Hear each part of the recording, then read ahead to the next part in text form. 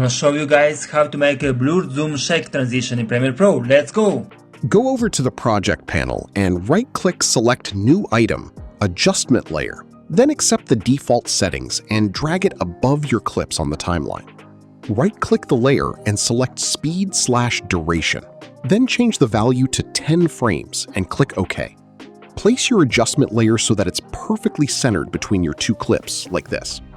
Go over to Effects and search for Transform and add it to your adjustment layer. From the start of the layer, go over to Effect Controls and scroll down to Transform. Then click the stopwatch icon next to Scale, Skew, and Skew Axis.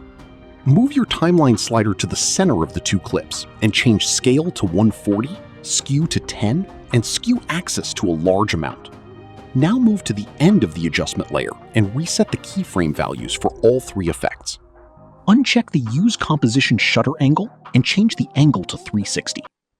Let's solve together. Put your like and subscribe.